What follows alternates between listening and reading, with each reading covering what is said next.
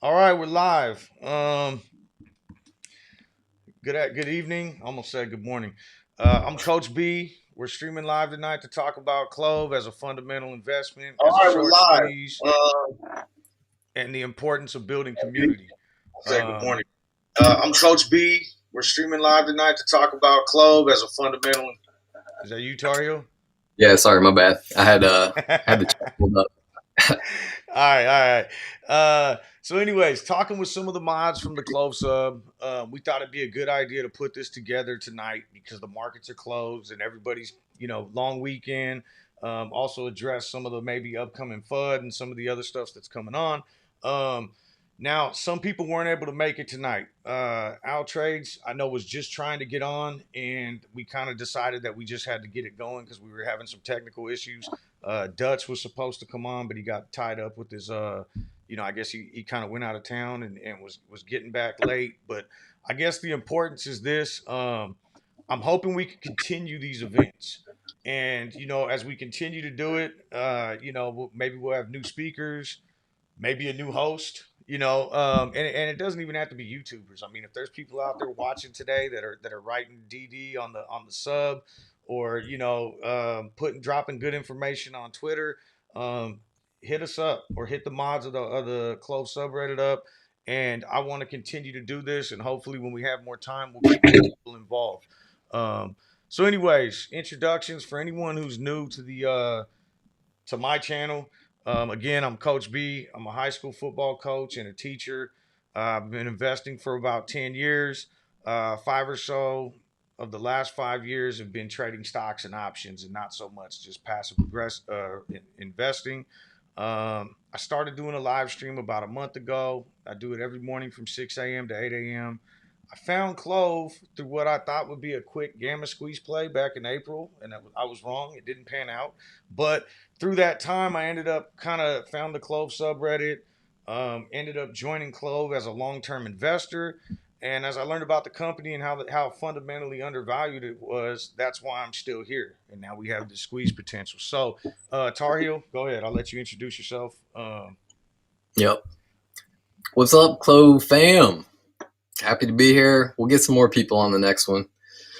But I don't know. I'm a real estate agent. I'm out of North Carolina, and I don't know. I like long walks on the beach, and but yeah. So I was in AMC for since about January, February, and that was kind of my baby, and I missed the squeeze, and I really didn't know where I was going to go next.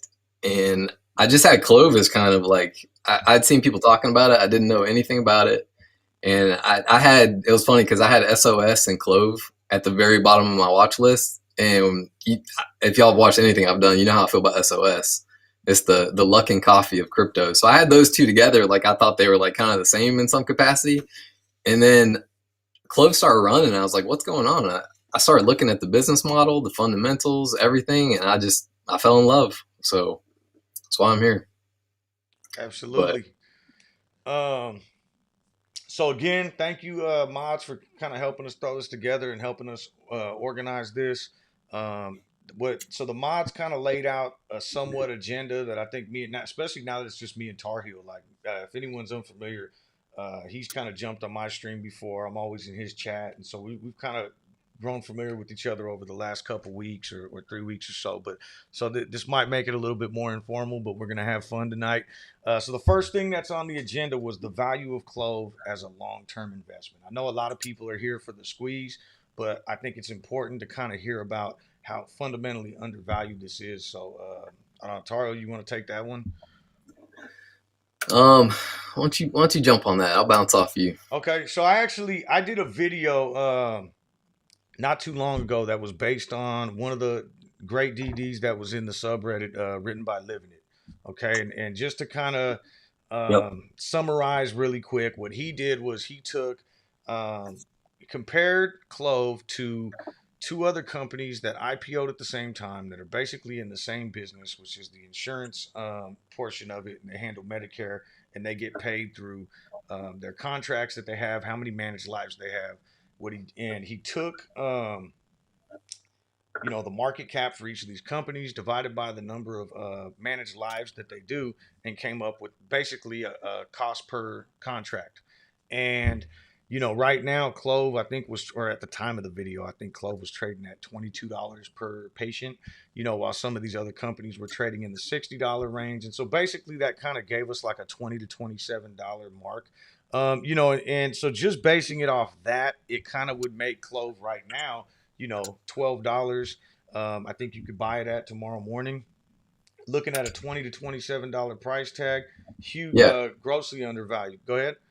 So that's a great, like, that's kind of where I started with my valuation too. In my eyes, I've been talking with him a lot. I think he's in here right now, but that's kind of where I started with my valuation. And basically what he did was he reverse engineered where we should be trading based upon some other growth rate comparisons of some comparable companies. And it's funny because rather than like Google it for 2 hours and figure it out on my own, I just message him and he tells me what's up in like 2 seconds. Cause I was like, hey, can we compare Clover to United Healthcare? I was talking with him earlier actually. And he's like, no, he's like, really? Because, we're only in Medicare Advantage and Medicare right now through direct contracting. He was like, those guys do commercial, residential, and Medicaid, which we'll eventually expand into, but it's not an accurate comparison right now. So even Humana is not an accurate comparison. So these companies on this DD he did are just phenomenal. I think I'm looking at it right now. AGL is one of them. But basically he was saying if, what do we have right now? We have about 70,000 Medicare Advantage patients and then 70,000 direct contracting. I think the direct is a little bit more, and the Medicare was somewhere around 66. Okay, so like about that. 140. Yeah.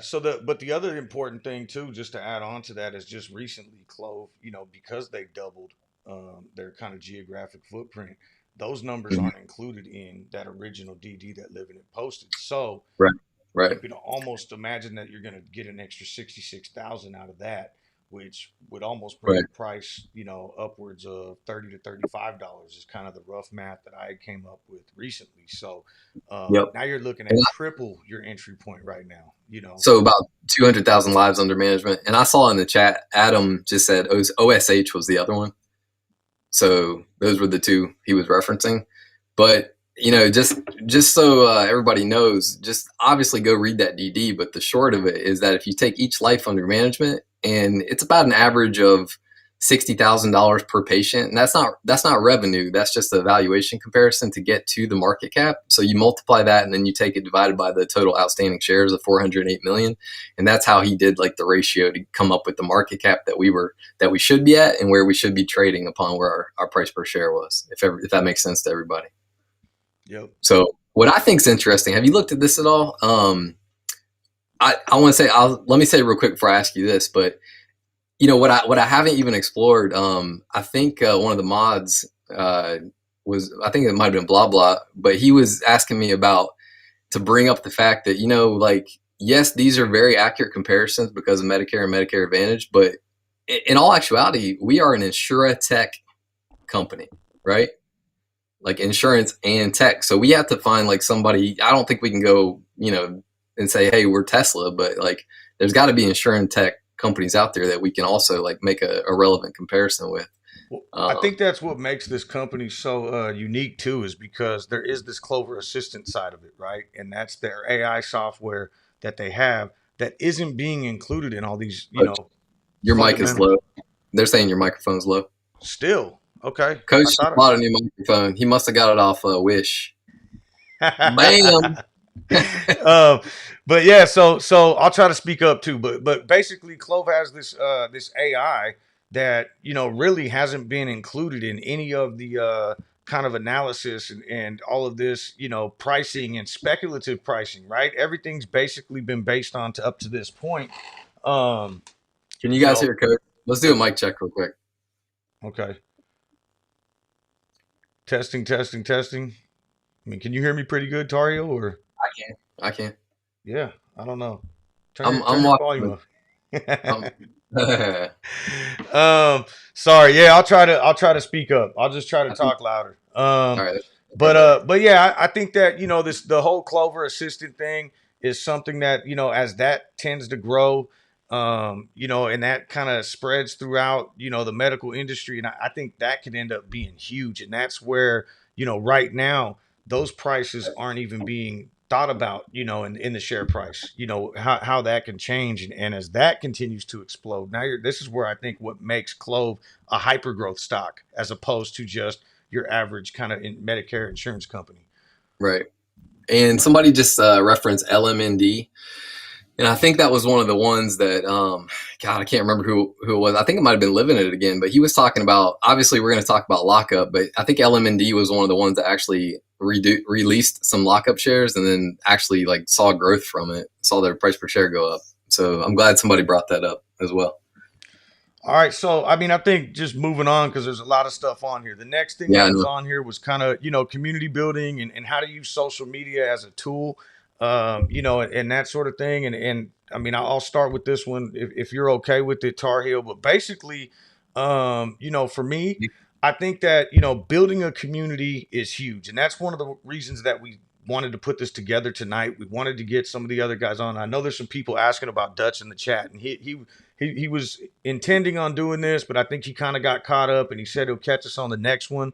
And there was some other guy, Al Trades. I know he's here in the chat right now. He was having technical difficulties, but regardless, the idea is to build the community, and it's not just on YouTube, but bringing exposure to the subreddit. So when it comes to, I know a lot of people are lurkers. I mean, I was for a long time on Yeah. Wall Street Bets and other subs and kind of just looking. And I never posted anywhere until recently. Right. But Not me, man. I've been fighting people since day one. but I think the important thing is when you see good DD, upvote it, cross share it if you can. When it comes to YouTubers, and I tell everybody that's watching my stream almost daily, if you want to help build this community, if you see anybody else watch or making videos about Clove, and sometimes I'll say, go check out Sean Stocks, go check out Dutch, go check out Right. Tarheel, go subscribe to them and go like their videos, because what happens is every time you hit like on those videos, even though they're and even though they're not my videos, like go like theirs, because all those likes are going to build up and eventually Right. get them in the algorithm. So now when somebody goes on and they're trying to look up another stock, they're going to come across Tarheel, or they're going to come across Dutch or anybody else, and that's just going to Right. help us bring awareness to the community. The other thing, Yeah. like So Twitter, retweet. There's a ton of people doing great stuff on I know. Twitter right now. Go in there and retweet their videos. I'll let you go I next there. just, man, I love it. So, and I'm reading all these comments too, but so I think I'm gonna go off on a little tangent here. But the Clove subreddit, we don't need any help. I mean, we do, but like this subreddit is like the most powerful arm of what we're trying to do here. We're trying to educate everybody and go off, right? Like these guys, the mods, just so those of you who don't know, the mods have been like A1 helping us out and working with us to like help our channels out and help people's Twitters out. Like my Twitter sucks. I don't, I'm going to focus on YouTube, for example.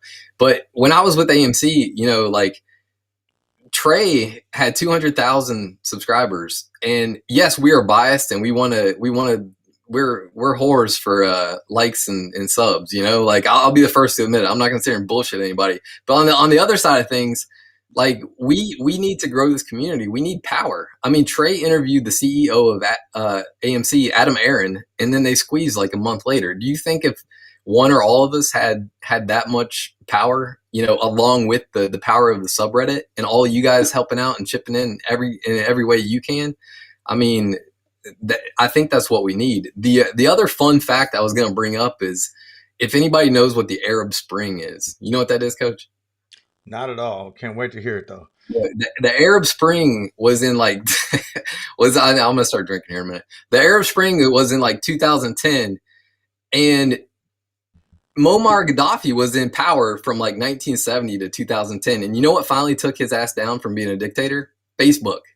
Because everybody was actually able to communicate with each other, hold events to where they go and protest, and like social media brought down an entire dictatorship regime that had been in power for 40 years. If we collectively combine like on YouTube, Twitter, subreddit. Like we have that same power to do whatever we want with this company and this stock. So, and also I will chug a White Claw if I get to 400 subscribers by the end of this video. Oh, I want to see it. You guys, everybody, go subscribe to Tarheel right now. I want to see it. I don't know where are you at right now? 280, something like that. Okay, so we need 120, and there's 183 watching the stream, so we should be able to get there. All right. All right. That's all So, right. and again, what's important about this, right? So, if we are all in Clove and we're all invested in Clove, and we want to get new investors in, and we want to create awareness, it all comes with spreading the word, and whether that be people on Twitter, any other sort of social media platform, the subreddits, or YouTube, by liking and subscribing and supporting these people that are talking about Clove, you're gonna help spread that message. So, all right, the next one that was on the agenda that the mods put together, we had squeeze theories. So, I'm gonna let you take this one, Tarheel, if you want to go with that, because I know you just. I'm rapping in the chat about White Claws. You want? But I know you just made a not too long ago a really great video, kind of about the squeeze and everything. Yeah. So yeah, thanks. I forgot I need a little. I'm a dog on a leash. Just let me off of it. Yeah, if you want to drop it in the chat. So what I did is obviously a large part of the reason we make DDs is so we don't have to answer the same question over and over again. But on that token, like it's a great just chance for us to bounce off of this. So the short of it is I made an Excel spreadsheet and I dropped the Dropbox link into the video, and I think Coach is going to drop that if he can. But basically, it's a comparison of AMC and GameStop right before they squoze, and it takes a look at cost to borrow, short interest percentage of free float, volume, and it just takes a look at everything. And it's just funny to see. Like I was saying, I was getting busted up in Reddit on it when I posted it by this one guy. He was like, "Okay, so there's no comparison." I was like, "Well, I didn't make any comparisons." I said, "You make the comparison." But the point is, if our cost to borrow goes down, for example, the same thing happened to AMC, and you can see there was a 9-day stretch where the cost to borrow was, I think it was like below 20%. So that video in that Excel spreadsheet, you can go see, like, there, even if all the FUD in the world comes out, you can reference this. And I think we have every opportunity in the world to squeeze. Yeah, no, absolutely. And that's, I even, just somebody, again, you talk about people on the subreddit and stuff. Someone had pointed out, well, like, you said in I don't know what month it was, maybe May, that you didn't think it was a short squeeze. Well, things change too, right? Short interest goes up, it starts gaining retail momentum, and which we are. This subreddit's getting bigger. We saw some insane volume a couple weeks ago. Did you understand the fundamentals of the company back then? Yeah, the fundamentals is what I was in on at that point. But then it was like, and that's where I'm like, I'm getting into Clove long term. I don't really see a gamma squeeze in the near future. I don't see a short squeeze in the near future. But this is a great fundamental play, and that was the video where I ended up buying into, like my long term position. But then shortly after that, we saw a huge gain, rise in short interest.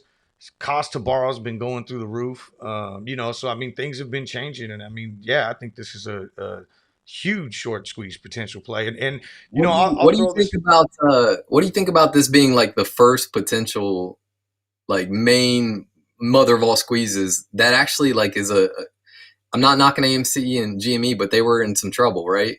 Clover hasn't really been in that position since we have no debt and $720 million in cash. We just have a negative free cash flow right now. That's our only problem. But what do you think about it being like the only play that is substantially a growth stock in the future? Yeah, no, absolutely. I mean, I know some people don't like the term meme, and I think that Clove, even though it's kind of gotten that meme status because of, some of the more popular subs and things like that, it's not a meme stock. I mean, this is a stock that it's a great long-term investment. It's a hyper growth play. I mean, this is a stock that you buy right now. We'll take the branding though, right? We'll take the branding. Yeah, yeah, because I mean that's what's going to drive people in, I mean, and that's what we're looking for. Not necessarily, I'm not saying we're looking for, a bunch of people to. The one thing I will say, and I know now we're getting way off topic, but I Go. always see posts in the subreddit like we need this posted on Wall Street Bets. We need to get Wall Street Bets on. And I think that's one of the reasons that this video is important because I don't think we necessarily do. What we need is long-term holders. We need people to come in and buy and hold and realize what they're holding, not just people coming in for a one-day pump and dump. Right. You I know, agree with that, but I like the fact that we're busting up Wall Street Bets because when I was in AMC, I mean, yeah, we can both be right, right? yeah, And absolutely, absolutely. but when I was in AMC, I mean, we got all the hate in the world where it was like, oh man, we can't even we can't even post in there. Every post gets deleted, and like I loved it because like it doesn't matter. Like if I have 1 billion subscribers, I have as much pull as like some troll who's just trolling Wall Street Bets, and collective trolls combined. I would love to put the pressure on those guys because they're gonna realize that they gave AMC all for months, and then AMC squoves, and now all of a sudden they're the cool kid in school. Well, we're right in line, baby. We're right in line. So I say keep the pressure on. Cool. All right, so the But next thing on here is let's talk options. So if you're cool with it, I'll just kind of take it, and then you could kind of bounce in when you want. But first off, I want to say this, because I know that some people feel like they want everyone to stay completely away from options, and there's some people that only play options and all that kind of stuff. Um, One, everyone's going to trade how they trade, but options are important in the fact that they create that leverage to create like a gamma squeeze, like the big run up that we saw a couple weeks ago on June 8th. I actually think maybe. Oh, there you go, Tar Heel. It looked like you froze for a second. I don't know if that was me or you, um, I was but just standing still. but the options are gonna help us in the effect of like a gamma squeeze. When and I'm not gonna go into a ton of. I've made some videos about gamma squeezes in the past, and even a couple posts in the subreddit about how it works. But basically, when you buy options, most of the options that are out there are sold naked by market makers. So if and what I mean by that is they don't own the shares until you buy the option. So if you buy an option, who cares what the strike is? Let's say that I don't have the chain in front of me right now, but the $15 strike might have a zero point 0.6 delta. So when you buy that options contract, the market maker, because in their nature they need to hedge their position, as soon as you buy that contract, they're going to buy 60 shares. That's the way it's supposed to work to stay delta neutral. Obviously, there's other things involved in it. Someone else buys a put, they offset, all that kind of stuff. But that's what creates a gamma squeeze. As the price goes up, they need to hedge more options, and it makes the price rise higher. And yes, when the price goes down, they get to unhedge, and that drives the price lower. Um, But so I think, can we talk about like a common misconception and obviously like you know way more about options than I do to go deep on it. I will never go into completely deep, but what I've seen is a lot of people, every Friday we want to be like we want to try to land in the money, right? But it's always I've always been of the opinion that shares are way more important than options. Yes, you can force them to hedge and buy shares, but if we land in the money, then they're the percentage of options that are exercised historically are somewhere between 7 and 10%. So that's the amount of shares that are actually being purchased. My opinion is that it's more important to buy those call options and force them to hedge than actually yeah, landing in the money. absolutely. And I think that's another common misconception too, is people think that you know the share price won't get affected until you exercise them. It's actually the opposite because, right, once it gets into the money, the delta gets to one. It's already been bought by the market maker. But when you don't exercise, what happens? They don't need to hedge those shares anymore. So now they get to dump them. So not Right. exercising will negatively affect the stock and the share price. But exercising isn't going to make the stock price go up. It's just going to make the stock price hold, if that makes Right. sense. I do have a question for you though. Maybe we don't need to go in super deep on this, but I was looking at getting pinned. I don't know if you've looked into that at all, but I don't know enough about it to speak intelligently about it. But I learned that if you sell a covered call, then it forces the so you sell a call and then you buy the underlying shares, right? Yeah. So that actually forces them to short the stock in a delta hedging way. And so those short shares, if those get bought up, they could potentially have to buy those at higher prices too. I didn't go too deep on it, but have you seen anything about that? You know what? I mean, that's a very, very long conversation, and Yeah. I think we should talk about it while we're streaming tomorrow. Yeah, let's do it. Right. But you know, other things with options, you know, and I'll say this. I think you're absolutely right too. Shares are the way to go, especially in a short squeeze.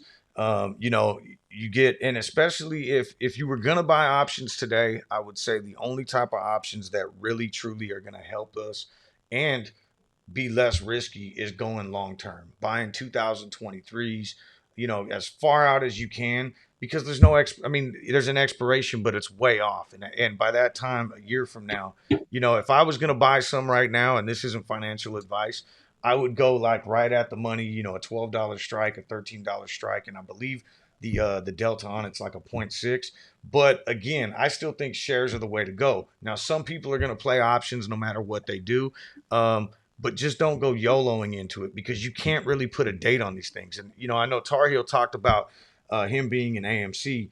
I've been, you know, following GameStop for almost 6 months. And, you know, there's always this big week where it's like, oh, something big's going to happen this week, or something big is going to happen at the end of the month, and something big's going to happen here. And if you put everything into that and it expires worthless, you're out, you're done. You know, so I think the safe thing to do is, because I play options too a lot, and you know, even though I have this long term investment in Clove, you better believe, you know, that probably in every month I'm gonna end up throwing in like, you know, 10 out of the monies, you know, at the end of the month, because it helps leverage my money, and then if it does happen, I'm basically, you know, getting myself an extra 1,000 shares out of it. So, but that's me, and everybody's a little bit different. But you know, I just think that, you know, making the bulk of your investment in this in shares is going to be way safer than options. Obviously, people are going to do their own thing.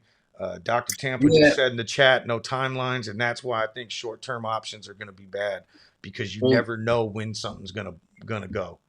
well, not only that, but like if I don't even know if I did make a video on this. I haven't sent it to anybody, but you know, the market makers, we're fighting the hedge funds, but we're also fighting the market makers. Those market makers, a lot of times they'll push us and they'll stop us out, right? If they know, and I know you know this, but I'll say it, like I'll break it down for the chat. But like if they see like triple bottoms and there's a bunch of buyers that come in, everybody's been taught to put tight spreads, right? That's what all the YouTubers who, you know, have been big time over the last year have been saying. But, you know, market makers know that too. So what do? They push the price down, and it's called accumulation. So that's how they go and they eat up our shares.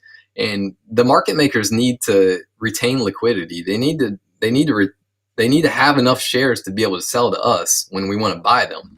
So if the supply ever gets yanked out from them, then that's when we can push the price up like crazy, create what's called an illiquid market, and then they have no leverage to do anything, because their ultimate goal is to connect. You know, if this person wants to buy 1,000 shares and this person wants to sell 1,000 shares, they're in the middle playing, you know, matchmaker basically. But if they don't have a supply to do that, if we yank it by buying up the shares, then that's when we can really control what's going on.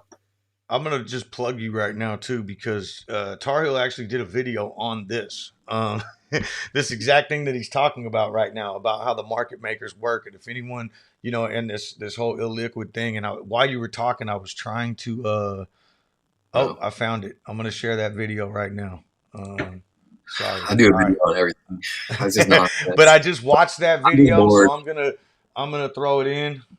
There's the video that he made on the market manipulation for market makers and the liquidity thing. So, I'm um, fascinated with market makers, man. I think it's all a game. I mean, that is, if you want to game this out, if you want to talk game theory, it's all about market makers. And if you just yank the supply, if you buy up all the shares, what they do is they sell short. The market makers sell short, and the market makers naked short when they don't have a supply, in order to control the price and introduce liquidity into the market. So it's just, I think it's fascinating. But absolutely. So buy the next, shares and hold. Buy shares and hold. yeah, yeah, absolutely. I mean that's the thing. Shares are the way. Um, Tools average Joes should utilize. So we were actually talking about this right before we got on, and I was just thinking, like, what's a list of tools that, in pertains to Clove and the short squeeze and things like that. And some of them I don't even think that are that usable, but I'm going to talk about them right now because this next little segment was supposed to be about tools. So the first one, and I've noticed it all over the subreddit and kind of even on Twitter and everything, was highshortinterest.com. And, the thing that I'll say about this is, um, that's only updated every 15 days. So when you're looking at it and you're saying, okay, well, Clove has the highest short interest, it might be absolutely true, but you also have to understand that that's information that's 15 days old. So, it's just something to be kind of make sure, be obviously that's going to draw more people in because they're at the top of the list. But I wouldn't say that that's necessarily a tool because if you go back and reference it tomorrow, it's going to say the same thing. And if you go back and What? reference it a week from Well, now, it's going to I say the was same thing. I was bullshitting with the chat. What 10 years old? I'm sorry, I missed that. The highshortinterest.com. So basically, they're just taking the NASDAQ numbers that get reported Okay. every, twice a month. And so, like, recently, Clove came out as the number Yeah. one on the Right. list, which is absolutely awesome. And hopefully, that'll drive more retail in. But when we're talking about our Clove community, I just don't want people to get the wrong impression. Like, know what you're looking at. Yeah, they were the highest when that reporting came out, which I think was early last week. But that could have changed. That data's old, is all I'm saying. And then the other one Right. that I always see people referencing, which I do think is a great free tool, is iBorrowDesk. But same thing. You want to make sure when you go to iborrowdesk.com, you realize what you're looking at. When you go to iborrowdesk.com, it allows you to look at any stock and see how many shares are available and what the cost to borrow is. But you have to understand that what you're looking at is just the shares from Interactive Brokers. So if iBorrowDesk says that there's shares available, that doesn't mean there's zero shares available across the entire market. It just means that there's zero shares available with, Interactive Brokers. And there are other people out there that report this same information, Ortex being one of them. But I don't think that Ortex is a tool that everybody should pay for because I think it I costs agree. like 40, $50 a month. And honestly, that's the beauty of our community. Anyone who has Ortex right now, go take a screenshot of it and post it at the end of every day. And Right. now everybody in the sub doesn't have to, get on Ortex. They can all see it once a Right. day and know what's going on. Um, And just a couple notes on that. I hope somebody eventually gets a Bloomberg terminal because I think that's the most accurate, right?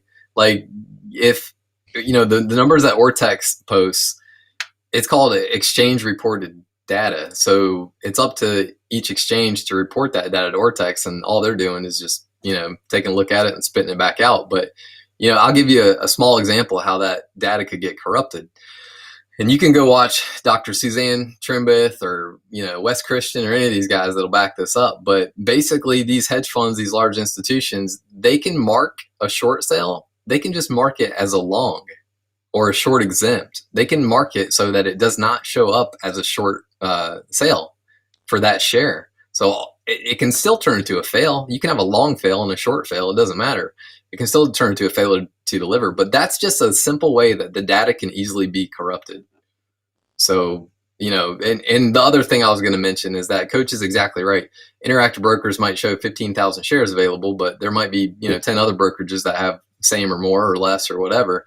But what it is the founder of Fintel made a really good video where he was talking about that was an accurate representation of the what was going on in the market at the time. Kind of like they do, I know we've talked about this before, but like they do with exit polling. They don't poll every single person that comes out of a poll. They take a select group, if you ever have taken a statistics class, and they might take a sample size of 200 people to see what happened with 200,000 people. And it's crazy how accurate that stuff is. So that's exactly what happens with Interactive Brokers. Yeah, no, it's a great representation, and you'll see it too when you look at Ortex data. Like, cost to borrow might be 60% at iBorrowDesk, and then you look at Ortex, and the medium or the low somewhere in there is gonna. I mean, 60% is high as hell. Anything above like 1, 2, 3% is high. So when you see that number go up on Interactive Brokers or iBorrowDesk, that's telling you that it's probably high amongst everywhere, and that's Right. yeah. So it's a You great want way to kind of gauge what's going on, but just know that that's not all that's available. right. So I've seen so many people, and yes, I might as well just plug all my videos while I'm doing this. But I made I made a video on utilization versus short interest versus a couple other things. But a lot of people are saying, oh, if utilization is 100%, then how are they still able to short this? And the answer is all utilization is saying, okay, I have 2 million shares to lend out. Well, somebody has borrowed those 2 million shares. So that would be 100% utilization. But what happens is that I, I may have borrowed those from you, but let's say I don't want to use them all at the same time. So I only use 1.5 million of them and I chill with 500,000 of them. I don't have to use them. So I might save them for 9:45 in the morning to kick everybody in the teeth like we've been having happen.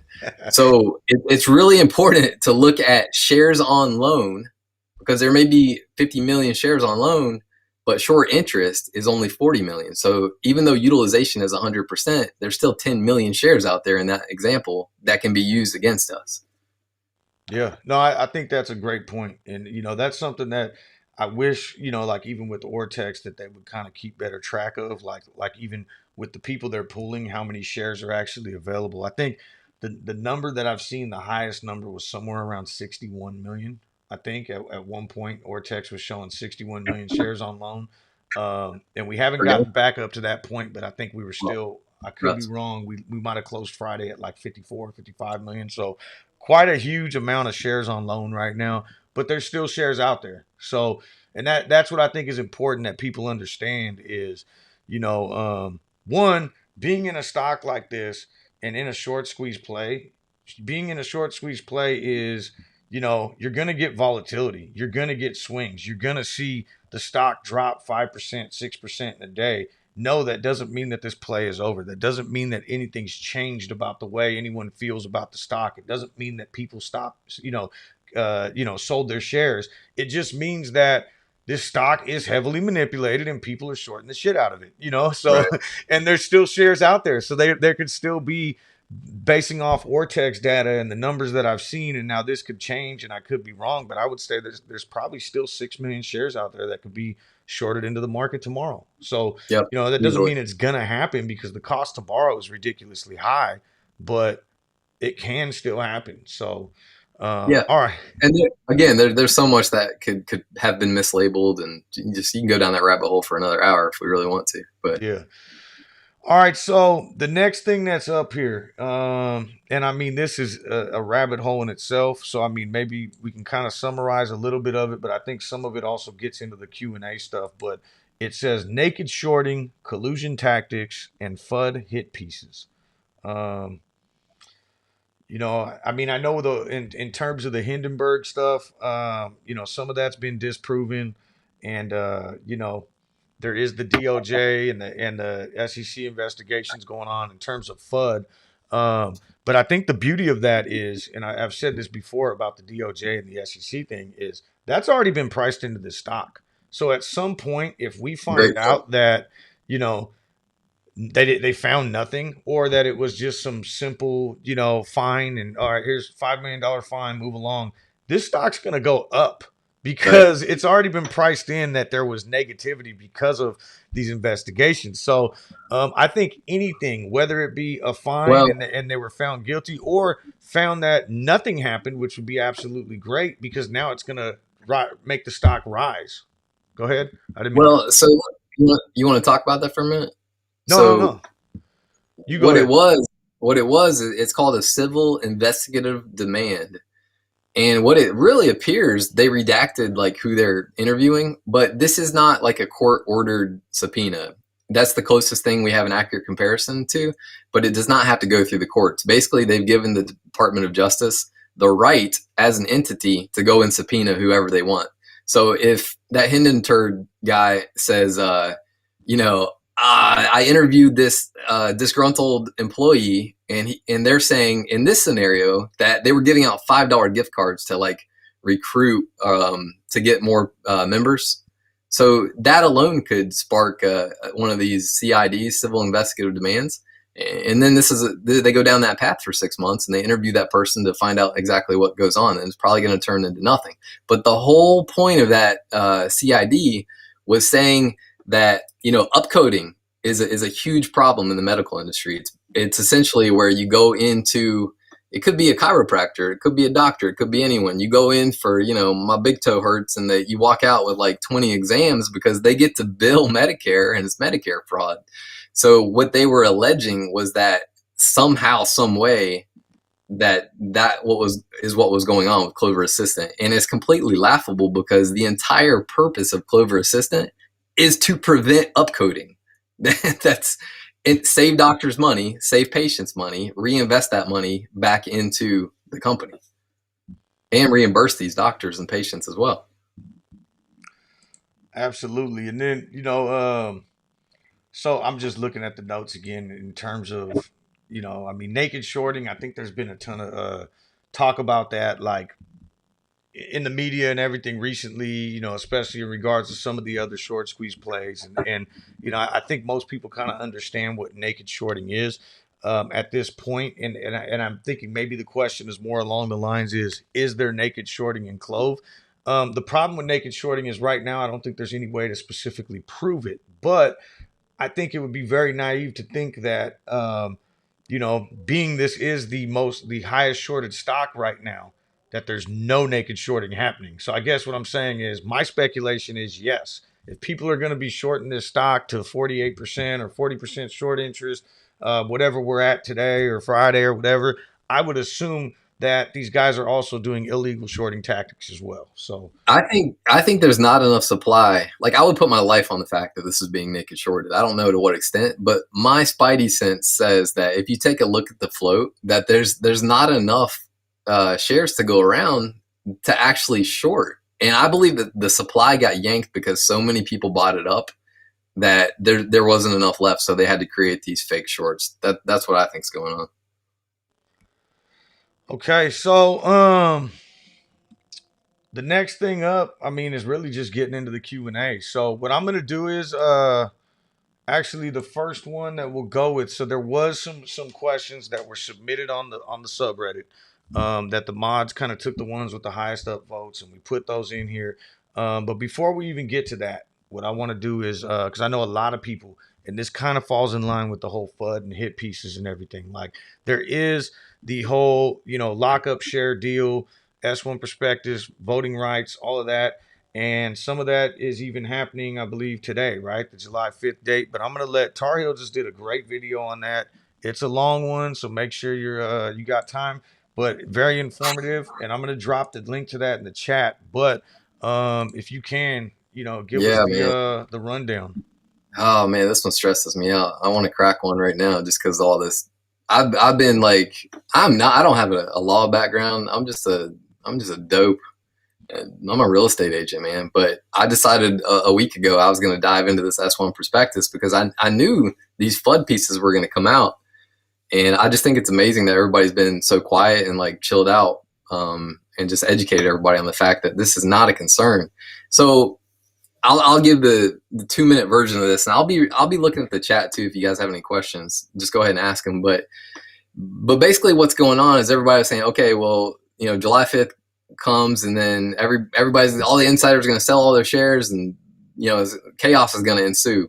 Well, if you actually take a look at how many shares the insiders own, it's not really that many. And I've got my spreadsheet pulled up here. The entire board of directors, like Chelsea Clinton has 724,000.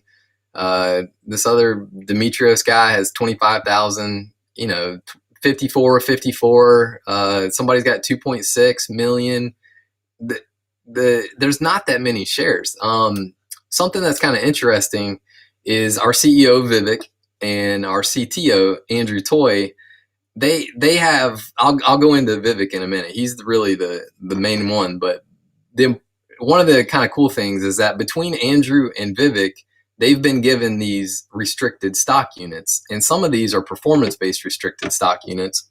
And everyone was really concerned that they were going to dump these shares. But if you go look at this spreadsheet, they can't even start the performance requirements to be met like some of these, like Andrew has 11 million shares that he can't even start until January 7th, January 7th, 2022. 90 days after that, it has to be over $25 for 90 days for half of them and $30 for 90 days for the second half. And like all these other guys, he doesn't even start vesting until January 7th, 2022. And it's only 20% vested at that point. And it's, I think, like a 1/60th monthly from there. So at 20% in 2022. So my point is, even if he wanted to, he couldn't even start getting rid of them. And all these guys are like that. They don't even start vesting. So they can exercise a lot of these options, and they can go at options to buy, but they can't sell until they're partially vested. So the second point I'll bring up is that Vivek Garipalli, our CEO, entities associated with Vivek Garipalli, our CEO, each one of them own about 83 million shares and some change. And these are Class B shares. And, you know, a lot of people were concerned that these were going to get converted to Class A shares. But the truth of the matter is, if you look in the prospectus, that they specifically mention that as of January 1st, 2021, the board, Vivek, had controlling ownership in the amount of, I think it was 72.9%. The next day, Green Oaks came in, bought 96 million shares, and now owns a 35.1% voting power. And Vivek owns 30.4%, and the entities own 30.4% along with the board. So my point is, it's very important that they keep the voting rights the same of those percentages, so that, you know, Green Oaks can't come in and say, oh, well, you know, we love Clover Assistant and we want to do XYZ with it. And now all your IP, your intellectual protocol, or intellectual property is ours, and we're going to do with it whatever we will. These Class B shares are not to sell and make money. These guys have been given plenty of stock-based compensation. And again, go look at that spreadsheet and you'll see what I mean. The last thing I'll mention is that when we see, and we will see, people sell stock, God, dude, I could talk about this for an hour. But you know, a lot of these are just to cover taxes, because when they vest, they owe income tax. Okay, so there's an 83B tax strategy. If you watch that video that I go into, it'll explain all that. And the very, very last thing I'll talk about, Chamath. So, for example, he bought some warrants at $1.50, and he gets the right to exercise those. It's about 11 million warrants. He bought them at $1.50, and he gets to exercise them at $11.50. So he's not even in the money, you know, if you consider the premium on top of that too, until $11.50 plus $1.50. 13 bucks. Yeah. Yeah. So he doesn't even make a penny until 13 bucks. And he purchased $152,500,000 worth of shares at $10. So, I mean, you think that guy's walking away over $1 profit? I really don't think so. So that's all I got. But go watch the video. No, and that's kind of what I was thinking about too. Is just, you know, it's not like Clove is sitting at $20 or $30 a share right now, to where when these you know, that these people are going to go in and want to take these profits. They got into this company for a reason. You know, specifically, I think because they believe in it, and they probably look at it as a hyper growth stock, and you know, Yep. a game changer in this industry. And so, why would they be selling right now at $12? You know, and that's just maybe my simplistic way of viewing it. Um, you know, I mean, aside from everything else that you just said, I think if the FUD does start coming out this week in regards to that, you know, go back, watch Tarheel's video. I know I threw the link in the chat already once. And the other thing I'll mention too is at the end of this video, we're going to be time stamping kind of everything. And so you'll be able to go into the description of this video and go through all these different things we talked about and flip to it. And then also we'll be putting our YouTube links of videos that you can really do like more of a deeper dive into. And that one that Tarheel's referencing is one that I think everybody should watch if it's something that you're concerned about. All right, so next question. And I think we kind of already covered this, but maybe if not, any updates on the DOJ investigation, or at least when we can expect an update? No, those things can take, you know, forever. So it's just BS. The more important thing, I mean, I know that's like a kind of a, I'm just, there's more important fish to fry for us. And the most important thing is, I mean, we are losing money right now. We have a negative free cash flow, and that's way more important than this Hindenburg report. If we start reducing our medical care ratios, and our EBITDA starts going positive, and we go free cash flow positive, then all these large institutions are going to jump on board. We took a hit there last year because of COVID, obviously. That the whole goal is to keep people out of the ER, out of extended hospital visits, and just stick with your primary care physician and stay in front of things. But with COVID, things got crazy and people were staying in the hospital for a long time and going to the ER, and the MCR was way up, and therefore we had a loss. So, but the good news is we have plenty of cash, and we're growing like crazy. So before we get to the next question, I just went to go check. How many subscribers did you say before you crack open a White Claw? Well, I said I was going to chug one if I get to 400, but I'm at 299. If you guys get me to one more, I'll go drink one. Oh, we got to hit 300. Somebody go subscribe to Tarheel. I know Mac just put it in the. I'm just gonna. All right, I'll just assume somebody. I'll just assume somebody's going to do it. I'll go grab one. All right, go grab one real quick, everybody. And this is actually a good time, and I'll put this on here right now. Not just Tar Heel either. I've said this so many times on my own streams, and we talked about this earlier. The importance of building a community. Go subscribe to Dutch Trades.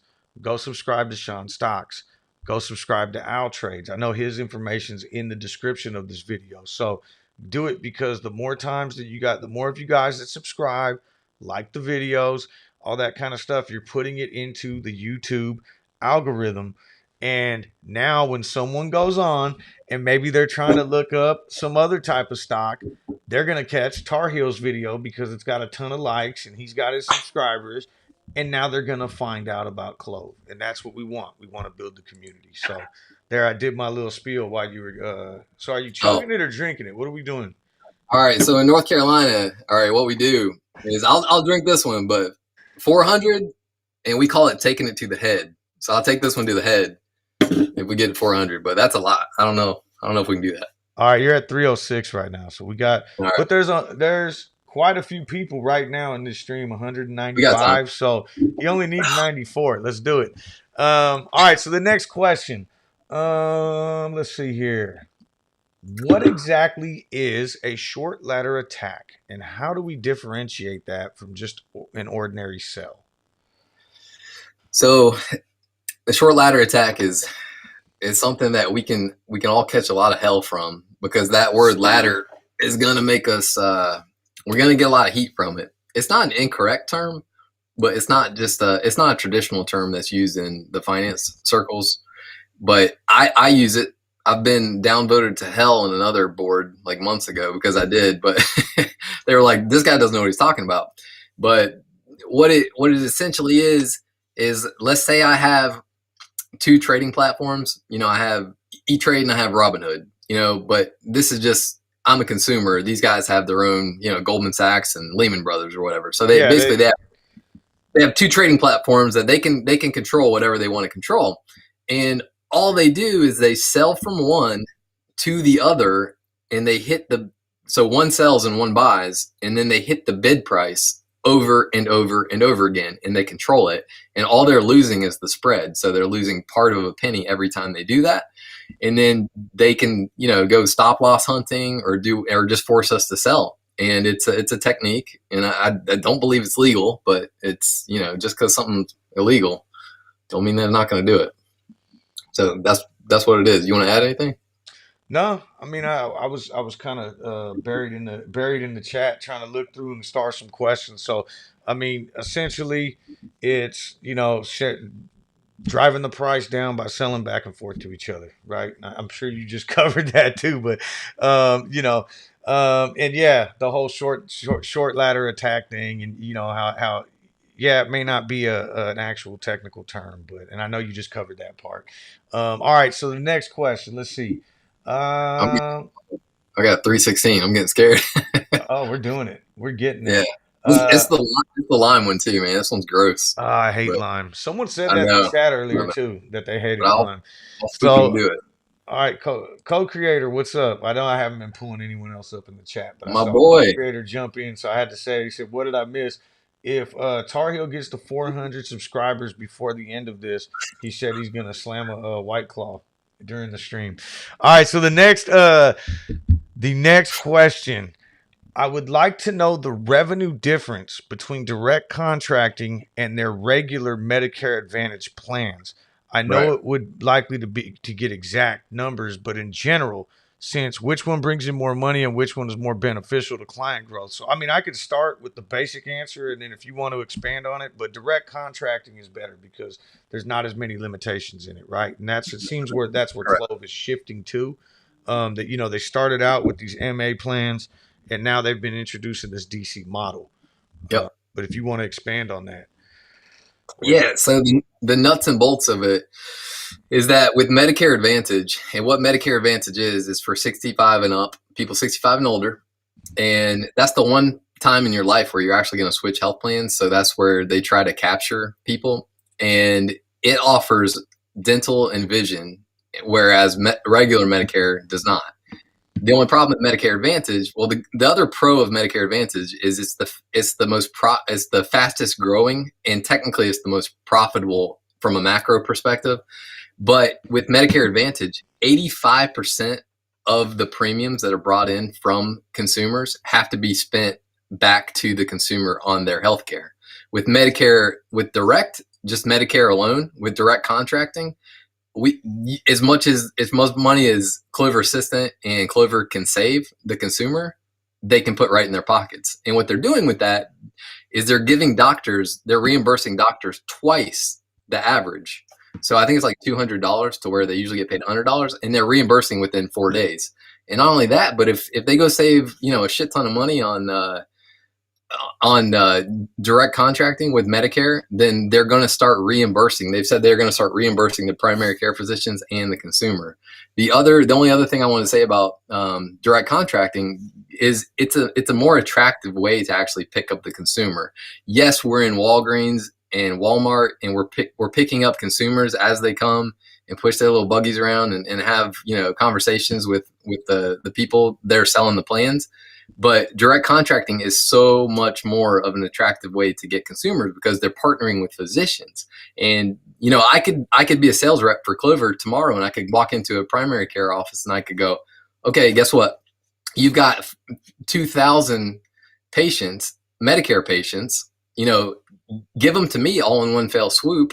So my marketing costs are low, my switching costs are lower, and then here are all the benefits. Not only can we save you money, save your patient money, but we use Clover Assistant. We're keeping people out of the ER.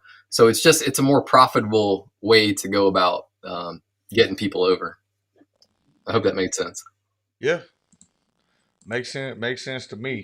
All right, people here have been talking about the dark pool. Can you talk about what that is and how hedge funds and other financial institutions are using dark pools to manipulate the stock price? I'll start with it if you want. Just Take it. kind of my understanding of the dark pool. So basically, this is happening not, the trade data that we're seeing live in the markets. It's a way for bigger institutions to go, off the market and make these big trades. That's why it was invented, and that's why it was created, so that if someone needed to buy, a million shares, or a large amount of shares, they could do it off the market without making this huge movement in stock price. That's why it exists. Now, Exactly. some of the speculation and some of the other DD that's out there on a lot of these other stocks and some great AMAs that I've watched have kind of showed that, and speculation on how they use it to manipulate the market, is that um, some of these brokers, I know Robinhood was called out, specifically, and I don't know if they've done it, but I'm talking about on some of the DD that I've read. And I can't speak to to verify exactly if that's what happened, but some of these brokers, what they were doing was routing all their clients' buy orders. Even if you were buying 1 share, 10 shares, 15 shares, 20 shares, routing them through the dark pool. So now these buys aren't showing up and moving the actual. We're not actually seeing true price action and price discovery because they're happening off the market. That's one way that it could be manipulated. The other way that I know someone else had put out some great DD for another stock, but again, these are all highly manipulated stocks, so I'm sure that's happening, is that what some of these hedge funds that are short are doing is buying shares in the dark pool. So again, doesn't affect the stock price. The stock doesn't go up because they bought them over here, but now they take those into the live market and sell them. So they can acquire shares. You know, let's just say I'll throw out a random number. I want to buy 500,000 shares, but I buy them in a dark pool, so the price never goes up. We don't actually see price discovery on that.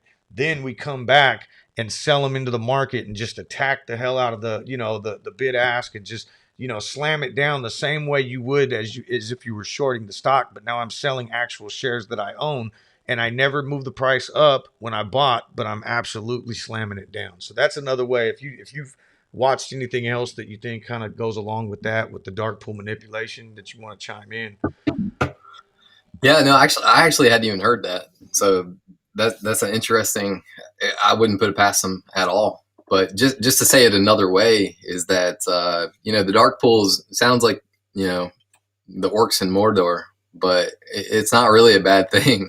It was actually meant to be a good thing, because if you're a hedge fund, just like you were saying, it's a good way to get rid of huge blocks of shares without affecting the price. And obviously, if you start to, dump 1 million shares, you're going to not only are you going to tank, but you're going to get less money for your trade. So it's a way to prevent flash crashes, and it helps the people out that are, the funds that are doing that as well. So, but it can definitely be a lot of manipulation goes through there. We know that. All right, so I'm gonna where'd it go? Sorry, I wanted to put this up real quick because I'm gonna join in on the fun. Where'd it go? Oh, they're saying they've almost got you to 1,000. Well, yeah, I lost the comment. I was gonna throw it up on the screen, but yeah, if I get to 1,000, I'll have one too. All right, Yeah, I got some in the fridge, and I'll go grab one in a second. And if I get to 1,000, I'll do it as well. I feel like all I do is drink on these things. All right, so someone's got to let me know if I actually get there though. But I know I'm not too far away. And I lost the comment. I had it starred so that I could throw it up on the screen. My Yeah, bad. All right, so the next question. big time. Um, Coach is big what's time. the latest on legislation being passed to increase Medicare? Will Clove benefit any more than its competitors? Do you want to take that one, or I Yeah, mean, you go ahead and take that one, Coach. I'm just messing with you. I'm gonna grab. Why don't you talk about it, and I'm gonna All right. grab my Yeah. White Claw real quick. All right, do it. All right. God, us tubers, we're basic, man. We're so basic. But what's up, everybody? Just me and y'all now. We don't have Coach. But all right, so in the House of Representatives, there's 435 House members. Currently, the Democrats, I believe, have a 220 or 222 control of the House, and then it's a 50-50 split in the Senate, with the Vice President had the controlling majority.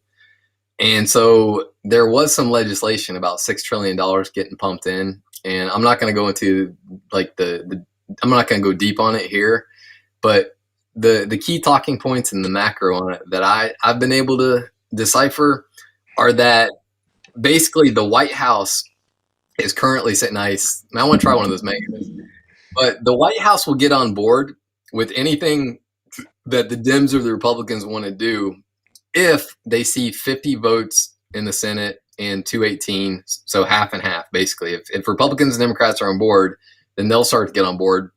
But I do not think, and everybody's saying that there's basically no chance that the age is going to go down from 65 either to 60 or 55. That because if they do that, if they start pushing the age, you know what that's going to lead to, right? It's going to lead to Medicare for all, which is, the Republicans are never going to let that happen. So I don't play politics. I'm just stating facts here. But I really don't see the age coming down. But there's been talk, like all the Hill articles are saying that there's a better chance of the benefits actually being able to change to where they add medical and dental to Medicare. So I think if we see anything, it's going to be the benefits come to Medicare. I heard that. But so that's what's up with the bill. Okay. And I'm not gonna lie, I didn't hear anything you said because I was getting I my know. White Claws and I was looking at the chat. So It was real a good quick, time. I wanna address this because someone in there said they thought I was a I look more like a Budweiser, an IPA guy. There we go.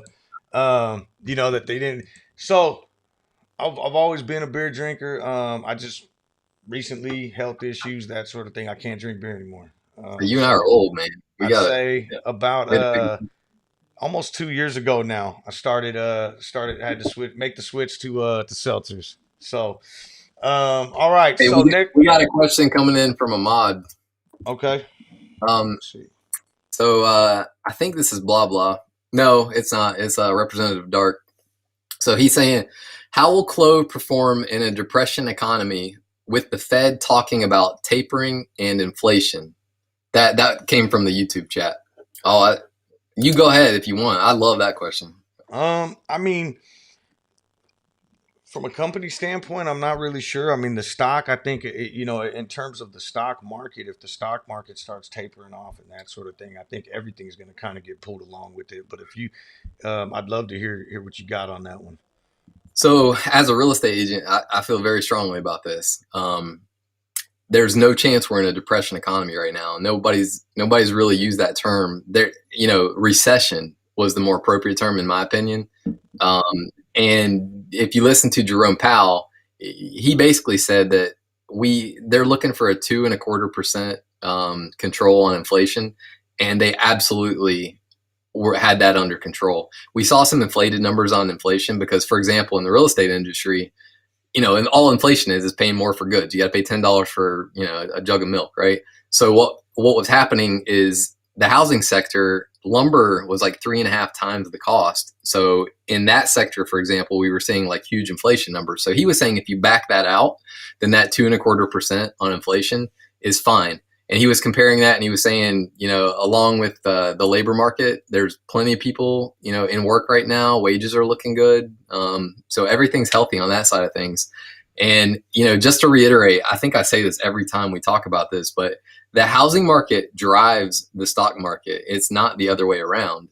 So right now, we've been in a seller's market since 2014, the first quarter, and interest rates are hovering around 3.25% on a 30-year fixed. So, I mean, rates are low, inventory's low, prices are going up. There's no bubble because loans are actually good. They're not these ninja loans and these crazy loans that were happening with credit default swaps back in 2008. So, housing market, I've been doing this 10 years, and I'm telling you, there is no bubble in the housing market right now. So, I don't see GDP is good, inflation's good, labor market's good. I think we're fine. Al threw in for anyone who's maybe new to the stream or just joining. So Al was one of the guys that was going to be on with us today, and I noticed that he threw the answer in there. And he says the industry is recession proof. Yeah. People will always need health care, and I mean that's probably in its simplest term too. Right. I mean, people are always going to need health care. So, And all people right. still So going the next question we have, and then I'm also gonna. I mean, I've been kind of like starring some that I saw that I'll go back and try to pull out. But it says my question is that there are many on the sub that chastise options and preach only to buy stock. That the options don't help, and I don't understand how that can be the case with substantial volume of options being exercised. Is to my understanding the catalyst for a gamma squeeze, which is often the 100%. catalyst for a short squeeze. So a lot going on there, but and we kind of already covered it earlier in the video. But I'll say Okay. this: um, the options being exercised isn't the catalyst for the gamma squeeze. It's really just having an insane amount of open interest Right. relative to the float, which I've noticed for Clove has been somewhere in You want like to the break 10. down the difference between interest and volume? Yeah. So when you're looking at an option chain, your open interest is how many contracts are actually purchased, whether it be a call or a put, whether depending on which open interest you're looking at. So for me, um, what really sets up a gamma squeeze in a stock like Clove is the open interest and out of the money calls, 10,000 or more. And when you have a bunch of strikes in succession and you start to see, that because what ends up happening is as the price goes up, if it can go up, because we've seen some of these gamma squeezes not work out, but if it can rise above these levels and now put these call contracts into the money, 10,000 contracts represents 1 million shares, right? And so as that becomes hedged, that means that the market makers are now buying shares to hedge that, which pushes the stock higher, gets us to the next strike price, which, it's just a chain reaction and it just goes all the way up. And that's what we saw on June 8th when, the option chain was basically loaded up like that all the way to 22, which is where that was the top of the chain at the time. So it's not so much necessarily exercising the options. It's just having that open interest and passing those strike prices. In terms of volume, when you look at volume on a daily on the option chain, that can represent buys or sells. So, for instance, let's say you have 10,000 open interest on the $12 strike, but then in that day you see 8,000 volume. Well, that could be, you know, 4,000 buys and 4,000 sells. And so now tomorrow the open interest might still be sitting at 10,000. It could also be 8,000 buys, and tomorrow it might be at 18,000. So it's really hard to gauge, but volume kind of gives you an idea of how much options are being traded during the day. And then the actual open interest is updated every day at 6. Well, some people, but it's the next morning. So a lot of times you can't figure out, you know, you might see a ton of volume on, let's say tomorrow. You won't actually see the updated open interest until Wednesday morning. I hope that explains it.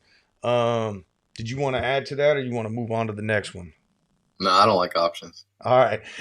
So this is the last question here, and then I'm going to let you take this one, and I'll start going through the comments and trying to find whatever I can. And then if anybody else, mods watching, if you want to throw it on the Discord, we'll grab some questions out of there too. But this question that I have here is, when a stock is squeezed, we'll say squoze. When the stock is squoze, is there an intelligent way to take profits? All right. So, but I want to call Mark Edgerton. Thanks for being in the stream. We really appreciate you being here. He says, I guarantee you it's a bubble. I would love to know why. I bleed real estate. I know it like the back of my hand. And I guarantee you, I've been hearing that for 6 years, that everybody's like, oh my God, like prices are going up. Like we're getting multiple offers for our houses and like, it's crazy. Like we're overextended. But like here in North Carolina, people come from New York and California and they pay cash because their little 1,200 square foot ranch with like old ass hickory cabinets, they come here and they just spend $1 million for the husband raises salamanders and she's a teacher.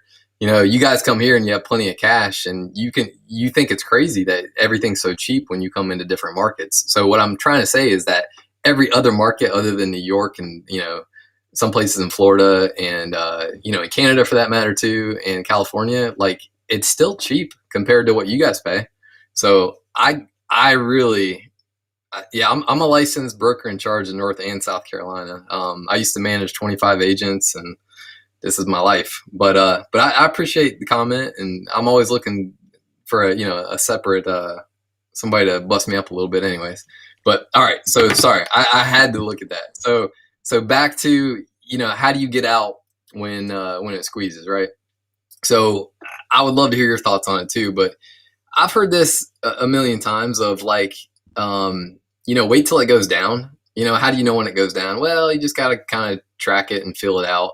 But I've heard a lot of people say, well, I'm going to wait till it squeezes, goes to the tippy top, and I might let it come down, 10, 15, 20% and start, like dollar cost averaging out of it basically. And I think that's a really good concept. And that's probably like, I'll take a little bit off the table and I don't know how much, but I want to be in CLOV long-term as a growth stock. But I was going to say something else about it squeezing, but what do you think about it? I mean, kind of the same thing. And this is something that I've basically read about with, in regards to some other stocks that I've been in. And even though that wasn't my plan, that's kind of what I did with GameStop originally. So if anyone doesn't know my story with that, it hit as high as like 480.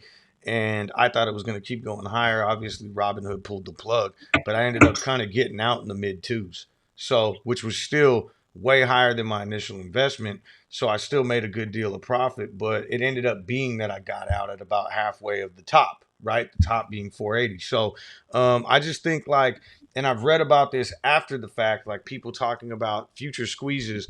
There's no way to time the top. And you obviously you don't want to sell everything on the way up and get screwed and just absolutely miss out. So, I think it's going to be different for everybody.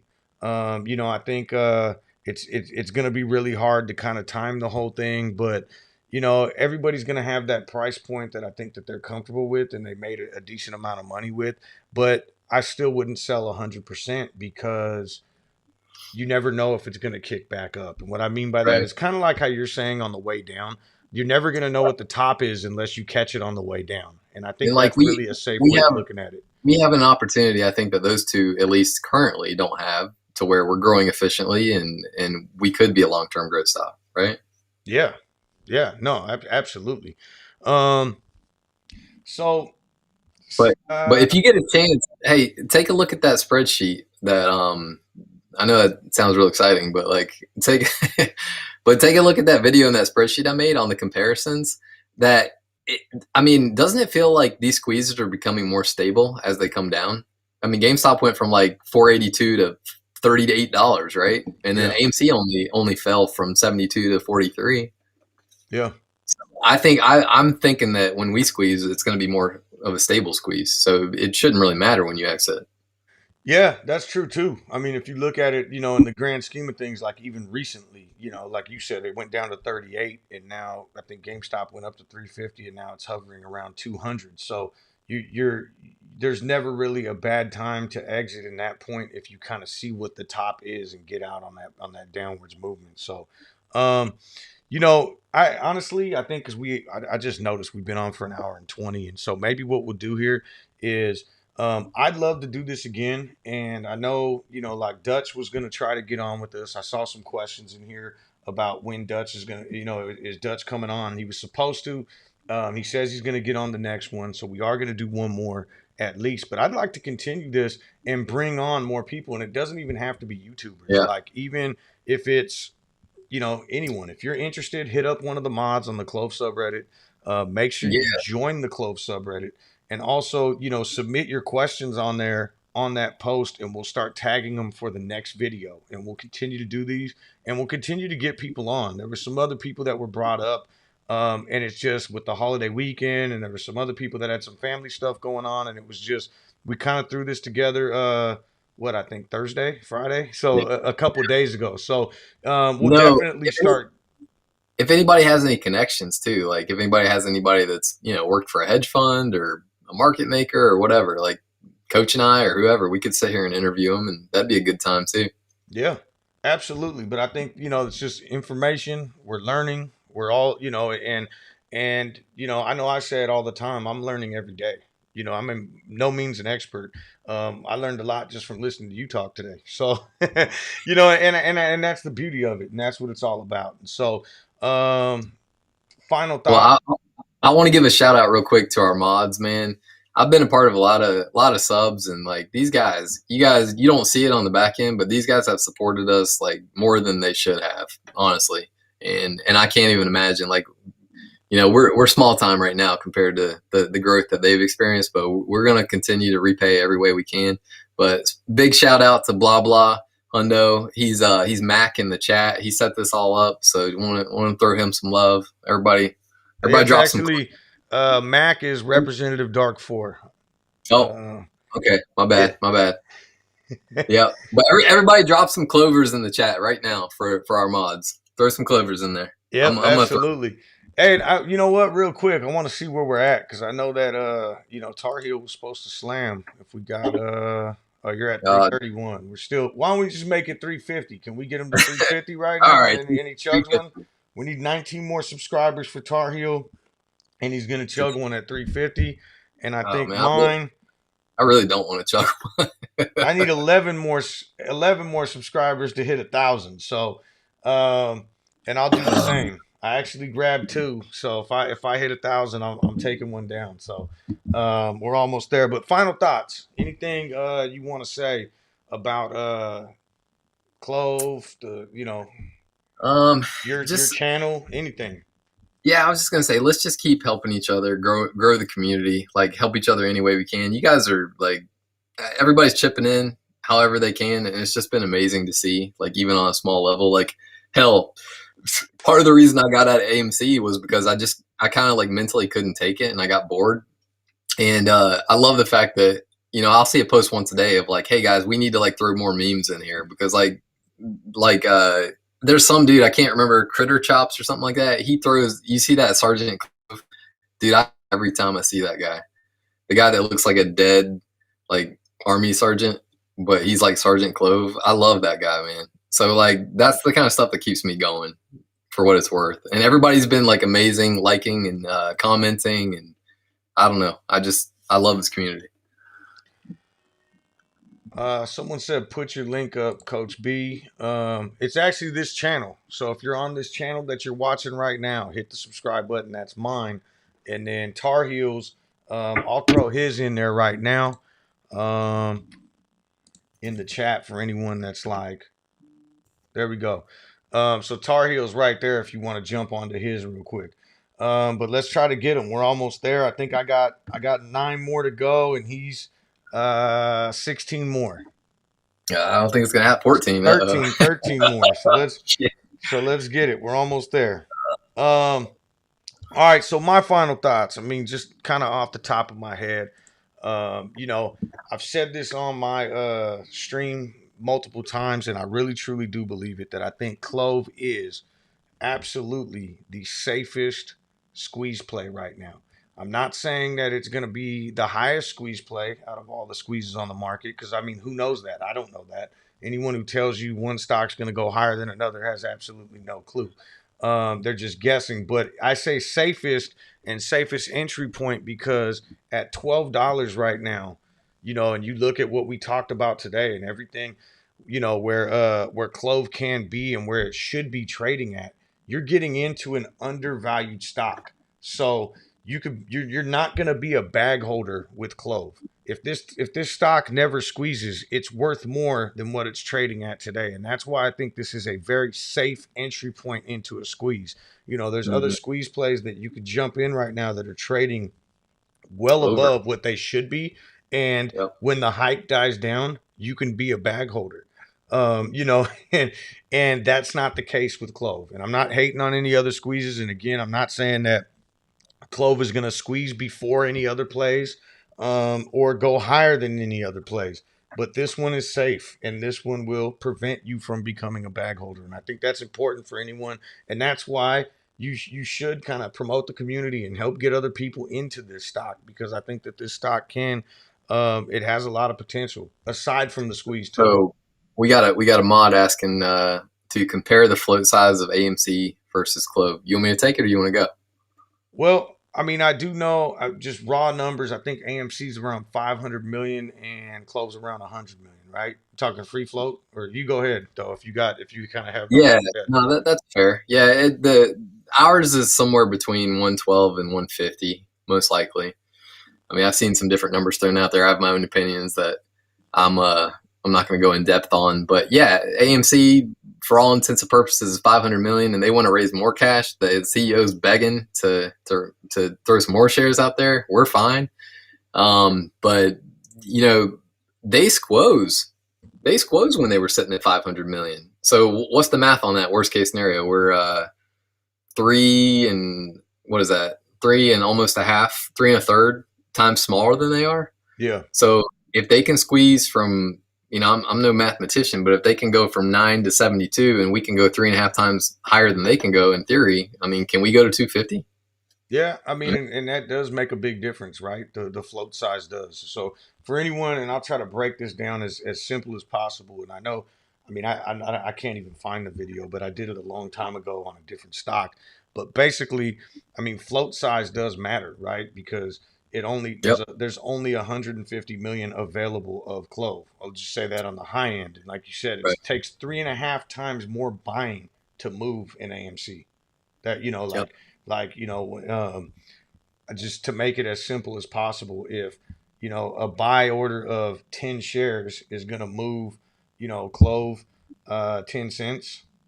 And that this isn't accurate at all, but it's going to take 3.5 times that. So it would take what 35 shares in relation with AMC to get the same type of stock movement. Right. I mean, Not only that, that's but how float kind of works.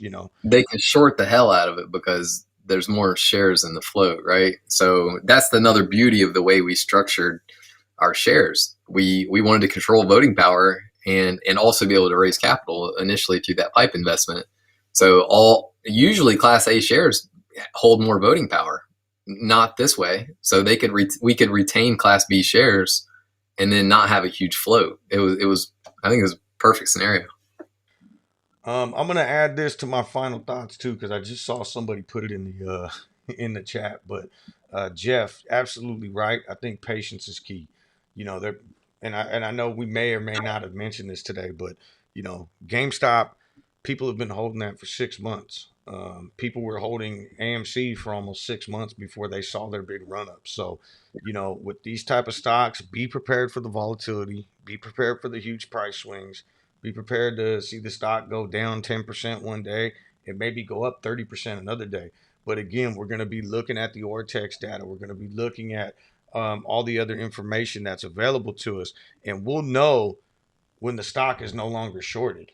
I mean, we'll know when people start to exit these positions. So as long as Right. it's still shorted, these huge swings, maybe because of, some other things that we didn't touch on today, but maybe we will in the future, like failure to delivers and things like that. But I guess in the grand scheme of things, this isn't a quick, pump and dump play. This is a play that you're going to buy and you might be holding for, in terms of the squeeze, it could take months. But yeah, but on the same token too, like that's why I made that spreadsheet. Like if you go and look at AMC, their short interest, I mean, it was elevated, but like it went down before it was when they squoze the day before. Let's see, they were at a high of $16.67, and you know what their estimated short interest percentage of free float was? 16.42. So it was in the 16s before they squoze. What are we sitting at? 36 on a bad day? So I just put this up here right now because it looks like I must have did it. Let me look at my thing right You did it? now. I Well, I'm guess. glad one of us did. I like you better anyways. Yeah, I hit 1,000. Wow, that's awesome. All right. So I got to slam one. I'll Good open a luck. new one. I'll open a new one just so you know I'm really slamming it too. I brought two over here, just Well, I'm in gonna case. sip on this. Hey, and Shit, you I better gotta not see. unsub right after you get off either. Yeah, I know. How do I make sure I retain this now? All right, here we go.